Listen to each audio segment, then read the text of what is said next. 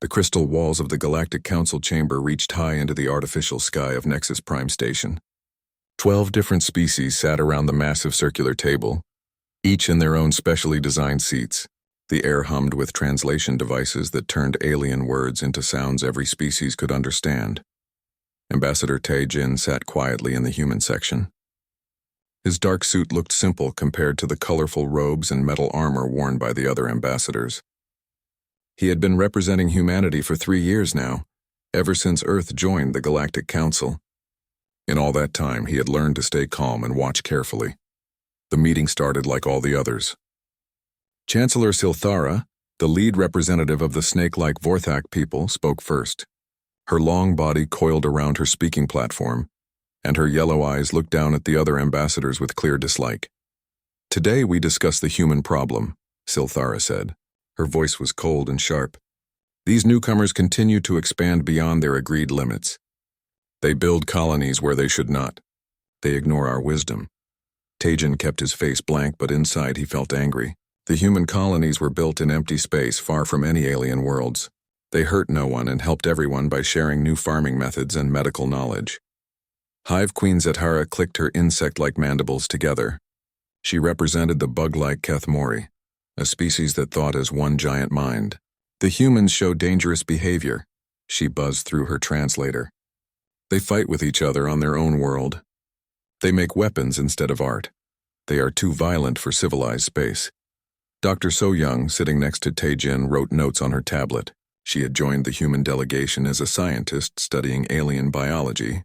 Her job was to learn about the different species and how they lived. She looked harmless with her thick glasses and quiet manner, but Tae-Jin knew she was very smart. Captain Wubin stood behind them in his security uniform. He was there to protect the human diplomats, though no one expected trouble in the council chamber. His hand rested near his sidearm, a simple energy weapon that looked basic compared to alien technology. "The humans have given us much," said Ambassador Veltar of the plant-like Thornwood Collective. His voice was slow and deep like wind through trees. "Their medicine saved my people from the death spores. Their farming methods feed hungry worlds." Silthara's tail slapped against her platform. "Gifts with hidden purposes," she hissed. "They study us while pretending to help. They learn our weaknesses." Tae-Jin finally stood up. The chamber grew quiet. He was not tall or scary-looking, but something in his calm manner made others listen. "Honored Chancellor," he said in a respectful voice, "humanity has followed every rule of the Galactic Council. Our colonies are built in empty systems. We share our knowledge freely. We ask only for the same rights given to other species. Rights must be earned," said War Chief Kohler of the lizard-like Drakmor. His scales were scarred from many battles. "You have been in space for less than 200 years. We have traveled the stars for thousands. You are children playing with tools you do not understand." Dr. So-young looked up from her notes. "With respect, War Chief, human technology works just fine. Our ships are reliable. Our weapons are effective. Our medicine saves lives." Zetara's compound eyes focused on the human scientist. "Effective weapons concern us most. Your species wages war on itself. You fight over land, resources, ideas. Such violence has no place in civilized space. Every species here fought wars," Tae-Jin replied calmly. "The Vorthak conquered 17 worlds before joining the Council. The Kethmori absorbed 3 entire species into their collective mind. The Drakmor are famous for their warrior culture. Why are human conflicts different?" Silthara rose up on her coils, making herself look bigger and more threatening. "Because we learned to control ourselves. We became civilized. You still act like animals," the insult hung in the air. Other ambassadors shifted in their seats. Some looked uncomfortable, but none spoke up for humanity. Tae-Jin stayed calm. "If humanity is so dangerous, why did the Council accept us as members?" "A mistake we can correct," Silthara said with a cold smile. The voting began quickly. Each species was called to give their decision on Decree 2847. One by one, they voted to limit human expansion to only 3-star systems. The reasons were always the same. Humans were too violent, too unpredictable, too dangerous. The Vorthak voted first. Restriction approved. The Kethmori buzzed their agreement. Collective approves limitation. The Drakmor voted with a growl. Humans must learn their place. Even species that had benefited from human help voted against them. They were afraid of seeming weak by supporting the newcomers. Only the Thornwood Collective hesitated. Ambassador Veltar's leaves rustled as he considered. "The humans have shown kindness to my people," he said slowly. "But the majority speaks wisdom. We abstain from voting." When the count finished, 11 species had voted to restrict humanity. Only the humans voted against the decree.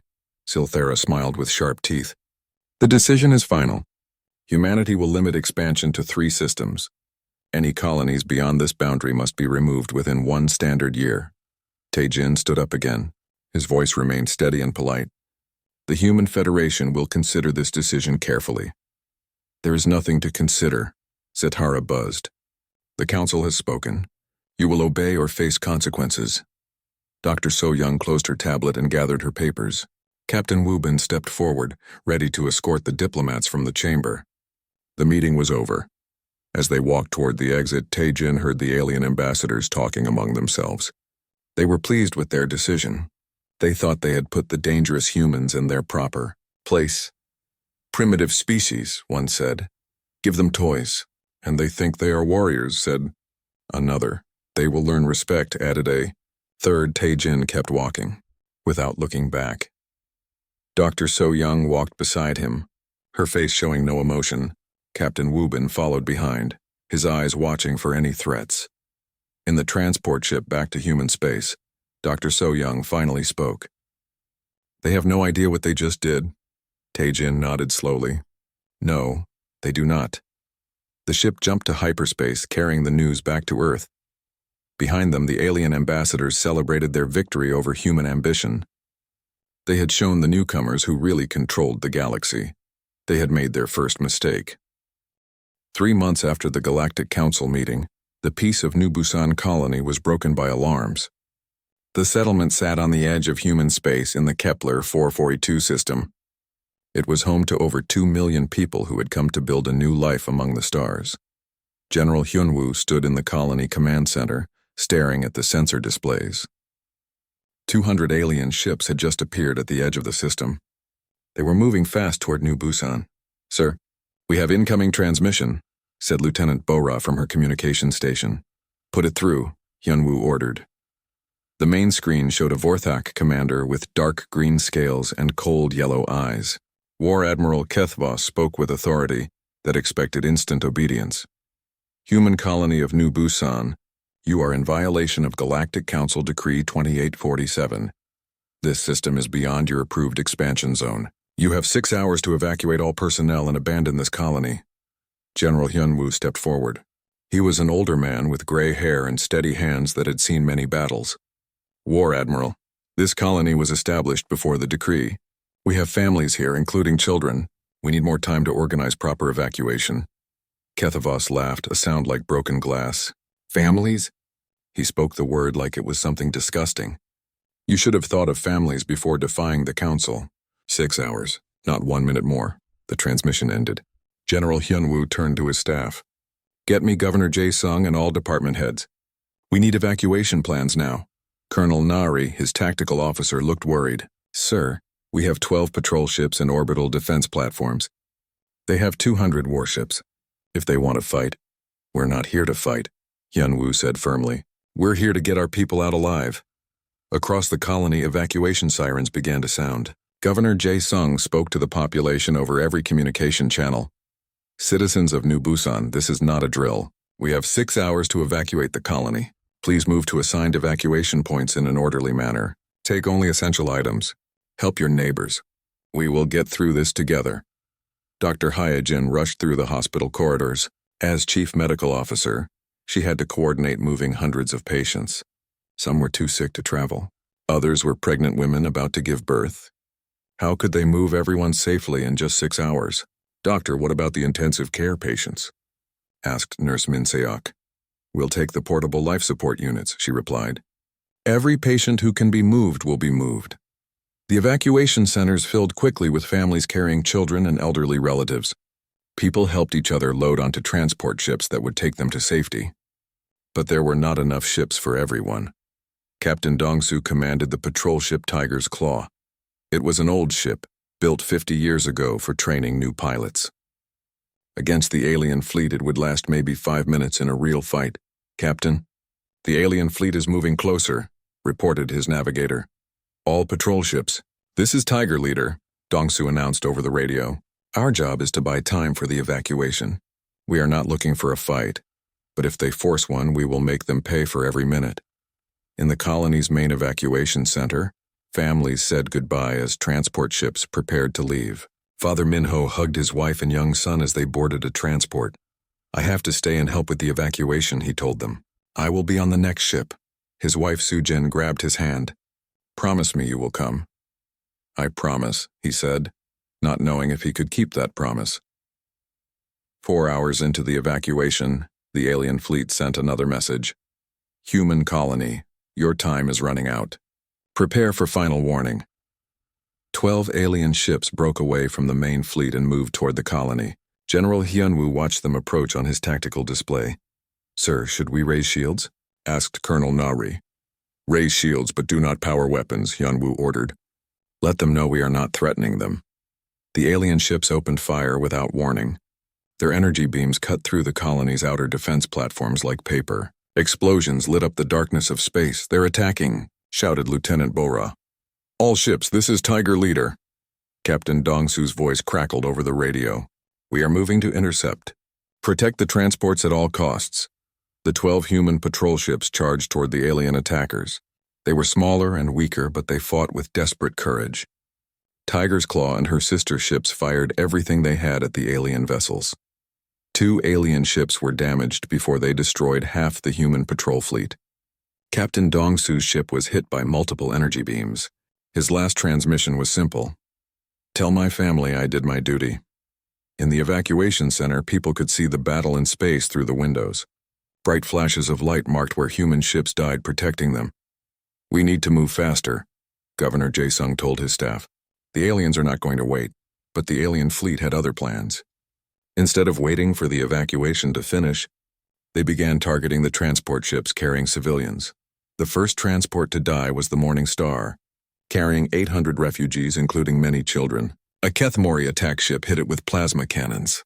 The transport broke apart in a ball of fire. Dr. Hye-jin watched in horror from the medical transport she was on. "They're killing civilians," she whispered. More transports died trying to escape. The alien ships hunted them down one by one. Families that had made it onto ships just minutes before were now floating debris in space. General Hyunwoo received reports from all over the colony. "Sir, they're targeting evacuation ships. They're not letting people leave." "This isn't an evacuation order," Colonel Nari said with growing anger. "This is extermination." War Admiral Kethavas appeared on screen again. "Humans of New Busan, your resistance has consequences. This is education. Learn your place in the galaxy." The alien fleet began bombing the colony itself. Schools, hospitals, and homes exploded under energy weapons. The beautiful city that families had spent years building was destroyed in minutes. Father Minho ran through burning streets, trying to reach an evacuation point. Around him, buildings collapsed and people screamed. The transport with his wife and son had already left. He hoped they made it to safety. An alien bomb hit the building next to him. The explosion threw him to the ground. He looked up to see alien landing ships coming down from the sky. In the command center, General Hyunwoo made a hard decision. All remaining ships fall back to the inner system. Save who you can. "Sir, what about the people still on the ground?" asked Colonel Nari. Hyunwoo closed his eyes. "We can't save them all, but we can save some." The battle continued for 12 more hours. By the end, New Busan colony was gone. The beautiful city was a smoking ruin. The orbital stations were twisted metal floating in space. 40,000 people had died.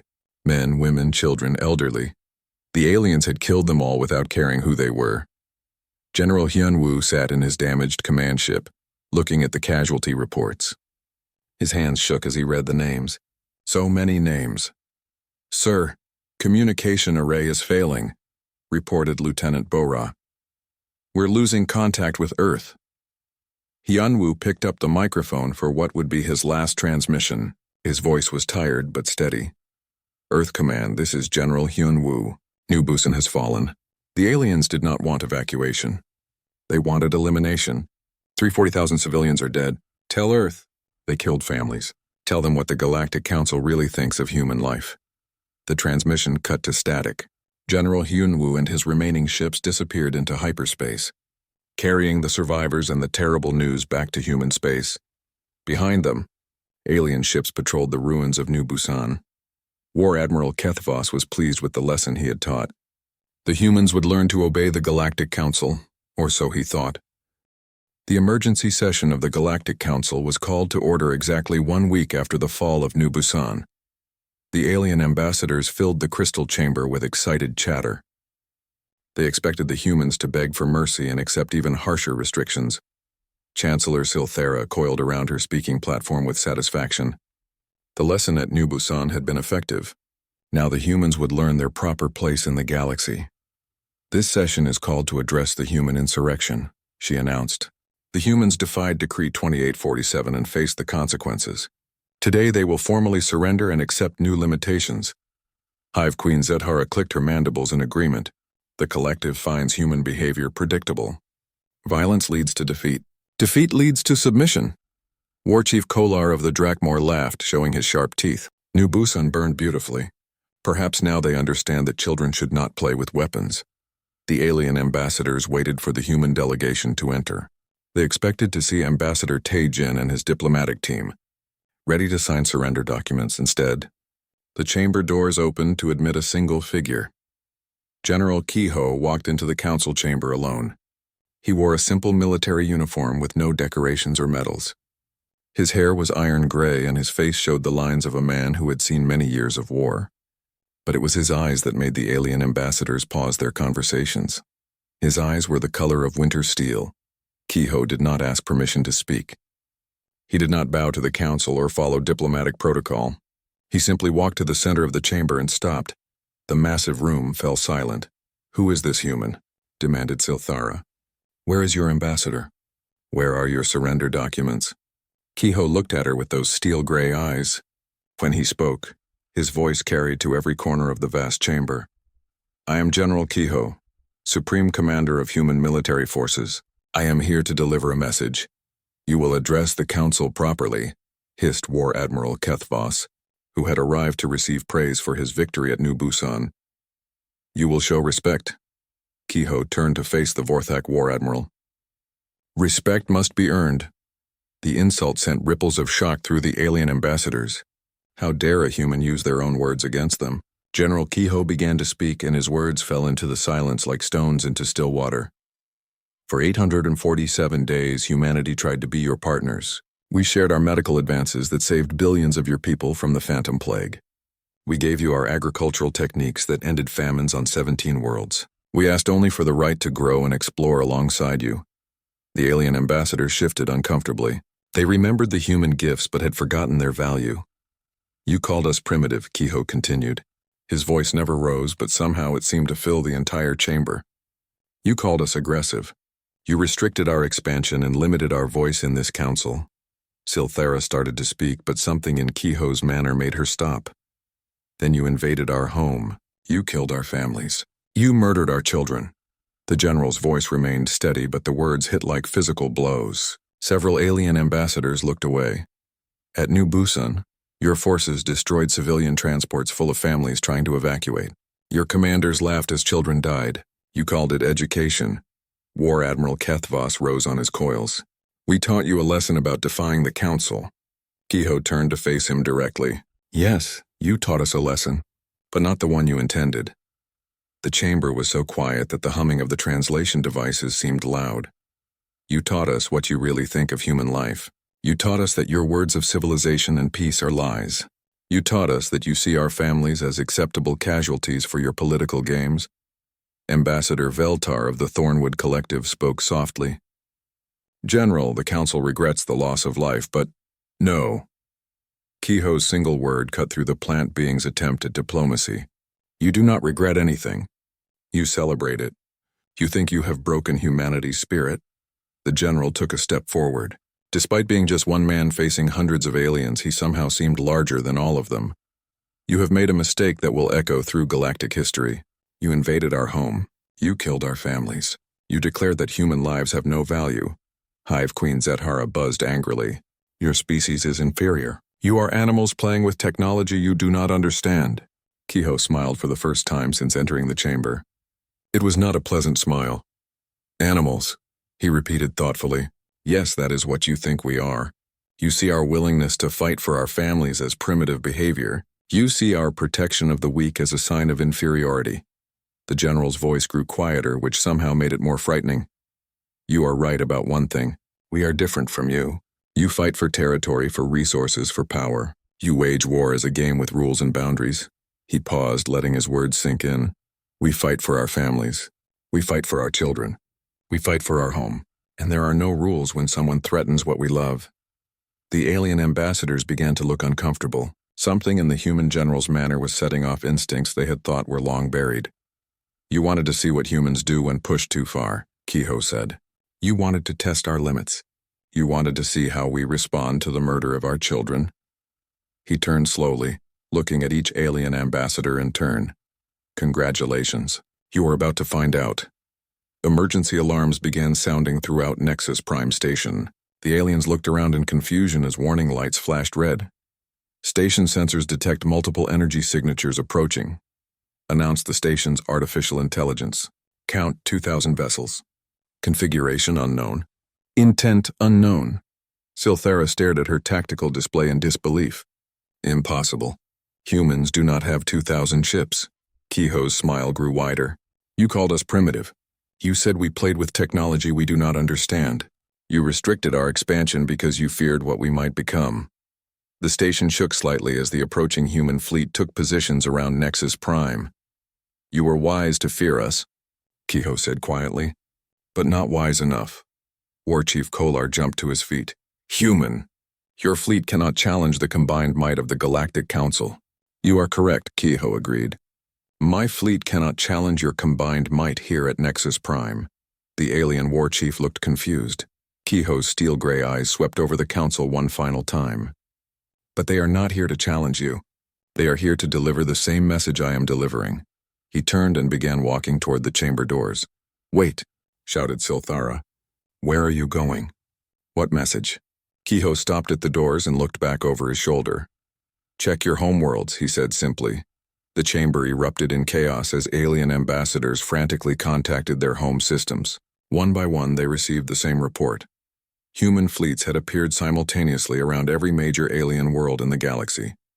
The doors closed behind General Kehoe, leaving the Galactic Council to face the reality of what they had unleashed. Outside the chamber, Admiral Yujin waited with a small escort. Sir, the fleet reports all positions secured. Kehoe nodded. Signal all ships. Hold position and await further orders. And if the aliens try to resist? Kehoe's expression never changed. They killed our families, Admiral. They invaded our home. Show them what that means. The message was sent across the galaxy. In the council chamber behind them, alien ambassadors stared at displays showing human ships surrounding their worlds, and finally understood the difference between fighting for conquest and fighting for survival. 2 days after the revelation of human military power, the Galactic Council chamber looked very different. The alien ambassadors sat quietly in their seats, no longer filled with the arrogance that had marked their previous meetings. Fear had replaced pride as the dominant emotion in the room. General Kehoe entered the chamber again, but this time he was not alone. Ambassador Yunhee walked beside him, carrying documents that would reshape galactic civilization. Behind them came Admiral Yujin and a small group of human military advisors. The aliens watched nervously as Kehoe walked to the center of the chamber. But instead of stopping where he had delivered his declaration, he continued to the head of the council table. He sat down in the chair that had always been reserved for the council's rotating presidency. No one protested. Honored representatives, Kehoe began, his voice calm but carrying absolute authority. We are here to discuss the future of galactic civilization.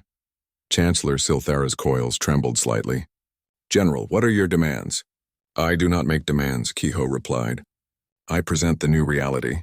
You have learned what happens when someone threatens human families. The question now is whether you are wise enough to ensure it never happens again.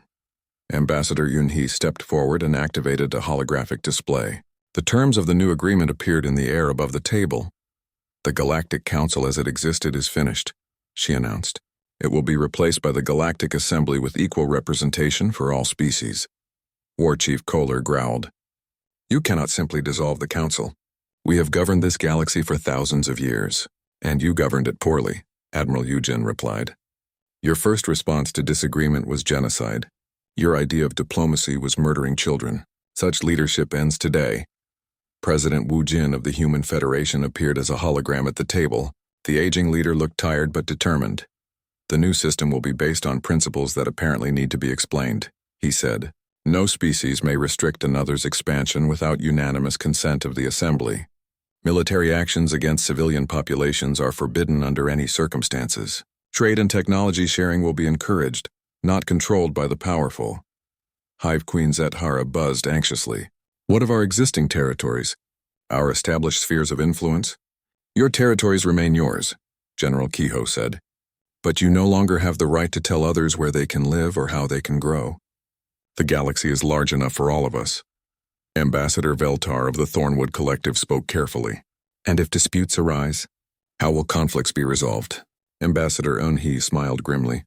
The same way they have always been resolved, through negotiation and compromise. But now there will be consequences for those who choose violence over diplomacy. She gestured to the holographic display. Any military action against civilian populations will be considered an act of genocide. The response will be immediate and overwhelming. You mean humanity will police the galaxy? War Admiral Kethvos asked. Humanity will protect families, Kehoe corrected. All families, not just human ones. The children of every species deserve to grow up safe from those who would use them as weapons in political games. The terms continued to appear on the display. The aliens read them with growing understanding of how completely their world had changed. Joint investigation committees will examine the war crimes committed at New Busan, Admiral Eugen announced. Those responsible will face justice. Kethvos started to protest, but Kehoe's steel-gray eyes fixed on him. 40,000 innocent people died because you wanted to teach humanity a lesson, the general said quietly. Justice will be served.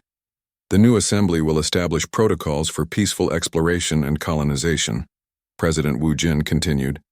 No more arbitrary restrictions. No more threats against families seeking new homes. Ambassador Eunhee brought up the final point. Humanity will share defensive technologies with all species. Force field generators that can protect planets from attack. Early warning systems that prevent surprise attacks. Medical advances that can heal the wounds of war. Why? Asked Ambassador Veltar. Why share such technologies with those who were your enemies? Kehoe stood up slowly. Because we are not your enemies. We never were. We wanted to be your partners, your friends, your allies. You chose to make us your protectors instead. He walked to the great windows that looked out into space. Human ships could be seen patrolling the area around Nexus Prime Station. War is not humanity's first choice, he said. It is our last choice. But when someone threatens our families, our children, our homes, we will not hesitate to use it. The chamber was quiet except for the humming of the translation devices. The new order begins today, Kehoe announced. Species that embrace peace and cooperation will find humanity to be generous friends. Species that threaten families will find humanity to be implacable enemies. One by one, the alien ambassadors voted to accept the new terms. They had no choice. Human fleets still surrounded their home worlds, a constant reminder of the price of opposing those who fought to protect their families. The Galactic Assembly was established that day. For the first time in galactic history, all species had equal voices in governing themselves. No longer could the powerful simply impose their will on the weak. 2 years later, Ambassador Eunhee stood in the rebuilt assembly chambers on Nexus Prime. The new building was designed differently, with no elevated platforms or symbols of dominance. Every representative sat at the same level, equals in the great work of galactic civilization. The assembly recognizes the representative from the Rigel Colony Initiative, she announced. A young Kethmori drone buzzed its thanks. The collective wishes to establish farming colonies in the Outer Rim. We request assembly approval for expansion. Any objections? Eunhee asked. Silence. Motion approved. May your new colonies prosper and bring food to hungry worlds. Such debates were common now. Species expanded freely, traded openly, and shared knowledge without fear. The threat of human intervention had made war too costly for anyone to consider. In another part of the station, General Kehoe walked through the memorial garden. Holographic displays showed the faces and names of the 340,000 people who died at New Busan. Children laughed as they ran between the memorial pillars, playing games while their parents read the names of those who had died to protect them. Dr. Hee-jin approached, now serving as the Assembly's chief medical officer. General, the quarterly reports show galactic peace indices at record highs. No major conflicts in 2 years. Kiho nodded, but his expression remained serious. Peace through strength is still peace, but it requires constant vigilance. Do you think the aliens have truly learned? She asked. Kiho watched a group of alien children playing with human children near the memorial fountain. Some have. Others remember only that we are stronger. But as long as they remember, families remain safe. A young girl with dark hair ran up to them. She wore a school uniform with the emblem of New Busan Academy, the school built on the site of the destroyed colony. General Kiho, she called. Teacher says you saved the galaxy. Kiho knelt down to her level. I did not save the galaxy, little one. I helped make it safer for children like you. Why did the aliens want to hurt us? She asked with the innocent curiosity of childhood. Kiho considered his answer carefully. Because they forgot something very important. They forgot that families are more precious than power, that children are more valuable than territory, and that peace is worth fighting for. The girl smiled and ran back to her friends. Kiho watched her go, then looked up at the memorial display showing the faces of those who had died. Rest in peace, he whispered. Your sacrifice taught the galaxy what we already knew. There is nothing more dangerous than a species that fights not for conquest, but for the simple right to protect what they love. In the assembly chambers, representatives from across the galaxy debated trade agreements and exploration rights. Former enemies worked together on projects that benefited all species. The children of many worlds played together without fear. The galaxy had learned that day that humanity would go to any length to protect their families. And in learning that lesson, they had discovered something they had forgotten in their pursuit of power. What peace really meant. The new order would last as long as everyone remembered that simple truth. Some things are worth fighting for, and children playing safely in memorial gardens are the most important thing of all. The chaos in the Galactic Council chamber continued for hours. Alien ambassadors screamed into their communication devices, trying to understand how human fleets had appeared around their home worlds without warning. Impossible, War Admiral Kethfos hissed. Our sensors would have detected ships moving through hyperspace. Chancellor Silthera's yellow eyes were wide with fear. The humans had 12 patrol ships at New Busan. 12. Where did 2,000 warships come from? On the main display screen, reports flooded in from across the galaxy. Every major alien world was surrounded by human vessels using technology the aliens had never seen before. Dr. So Young walked into the chamber carrying a data tablet. The same quiet scientist who had sat taking notes for 3 years now commanded the attention of every alien present. You want to know where our ships came from? She asked calmly. You want to know how we moved them without detection? She was no longer wearing the thick glasses that had made her look harmless. Her voice was clear and confident. Dr. So Young, Silthera said slowly. You are a xenobiologist. You study alien life forms. I am Colonel So Young, Military Intelligence Division, she corrected. I study alien weaknesses. The alien ambassadors stared at her in shock. For 3 years I have sat in this chamber listening to your debates. I have studied your military doctrines, your ship designs, your tactical preferences. I have learned everything about how you fight. She activated her tablet and data appeared on the chamber's main screen. The Vorthak prefer long-range engagements using energy weapons. Your ships are fast but lightly armored. The Keth-Mori fight in swarm formations, relying on numbers over individual ship strength. The Drakmor use heavy assault vessels designed for direct combat. War Chief Kohler growled. How do you know our tactical doctrines? Because you told me so, Young replied. Every story you shared about past victories, every boast about your warrior culture, every detail about your famous battles. I recorded it all. Admiral Mina's voice came through the communication system from the lead human ship. Council members, this is Admiral Mina of the EU Human Defense Force. I am authorized to explain our current situation. The screen changed to show a human woman in military uniform standing on the bridge of a ship that looked nothing like the simple patrol vessels the aliens had seen before. You are wondering how we built a fleet of 2,000 ships without your Knowledge, Admiral Mina said. The answer is simple. You never looked. She gestured to someone off-screen and technical diagrams appeared. You assumed the 12 ships at New Busan represented our full military capability. Those were training vessels 50 years old used to teach new pilots basic navigation. The alien ambassadors leaned forward to study the ship designs. Our real warships use quantum displacement drives. They do not travel through hyperspace in ways your sensors can detect. They fold space itself. Hive Queen Zedhara buzzed frantically. Impossible. Such technology would require energy sources beyond your capability. Would it? Admiral Mina smiled. Your own experts examined our fusion reactors 3 years ago. You declared them primitive but functional. You never asked about our antimatter research. Engineer Hyojin appeared on screen next to the Admiral. The medical scanners humanity shared with the galaxy contained hidden mapping protocols. Every time they were used in alien hospitals, they recorded detailed information about planetary defenses, population centers, and industrial facilities. The chamber erupted in angry shouts. You used our trust against us, accused Ambassador Veltar. You used our children as weapons, Admiral Mina replied coldly. At New Busan, you murdered families trying to evacuate. Did you think there would be no consequences? Captain Tae-sung stepped into view on the screen. His uniform bore the insignia of Special Forces. The human colonies you thought were simple farming settlements, they were manufacturing centers. Every agricultural world contained hidden shipyards and weapons factories. The tactical displays showed the true scope of human industrial capacity. Thousands of facilities across dozens of worlds, all hidden beneath the facade of peaceful colonization. You restricted us to 3 systems, Captain Tae-sung continued. But you never counted the asteroid mining stations, the research outposts, or the temporary construction platforms.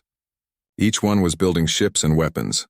War Admiral Kethavos struggled to understand. Your technology is primitive. Your weapons are simple energy projectors. Our weapons bypass your shield technology entirely, Admiral Mina explained. While you perfected energy barriers, we developed kinetic penetrators and quantum disruptors. Your shields are useless against projectiles that exist in multiple dimensions simultaneously. The aliens began to realize the scale of their miscalculation. Humanity had not been weak or primitive. They had been hiding their true capabilities while studying their potential enemies. The medical advances we shared, Dr. So-young said from the chamber floor. They were real. We saved millions of alien lives from the Phantom Plague. But we also used that research to understand alien biology and develop specific countermeasures. She touched her tablet again, and biological data appeared on screen. Vorthak neural systems are vulnerable to specific electromagnetic frequencies. Keth-Mori collective communication can be disrupted by quantum static. Drakmor regenerative abilities can be neutralized by bioinhibitor compounds. The alien ambassadors looked at the data with growing horror. The humans had spent 3 years preparing for war while pretending to seek peace. Why? Whispered Ambassador Veltar. Why plan for war if you wanted friendship? Admiral Mina's expression softened slightly. Because we know what happens to species that cannot defend themselves. Every human child learns the history of Earth. We know about conquest and slavery and genocide. We hoped for friendship, but we prepared for war. Captain Tae-sung stepped forward. Human military doctrine is different from yours. You fight for territory and resources. You wage war as a contest between armies with rules and boundaries. His voice grew harder. We fight for survival. We fight to protect our families. And when someone threatens our children, we fight until the threat is eliminated completely. The chamber fell silent as the implications sank in. The human fleets around your worlds are not there to conquer, Admiral Mina continued. They are there to ensure this never happens again. Any species that threatens human families will face the same choice you face now. What choice? Silthera asked in a whisper. General Kehoe's voice came through the communication system from somewhere on Nexus Prime Station. You can learn to coexist peacefully with humanity, or you can learn what total war means. The choice is yours. The screen changed to show tactical displays of human ships around alien worlds. The numbers were overwhelming. Humanity had not just built a fleet. They had built an armada capable of challenging the entire galaxy. How long? War Chief Kohler asked quietly. How long have you been planning this? Since the day we joined the Galactic Council, Dr. So-young replied. We hoped it would never be necessary. But when you murdered our families at New Busan, you made it necessary. The alien ambassadors stared at the displays showing human ships around their home worlds, ships that could destroy their civilizations within hours if they chose to do so. For the first time in their history, the mighty Galactic Council faced an enemy that fought not for conquest, but for the protection of their families, and they realized they had no idea how to deal with such an enemy.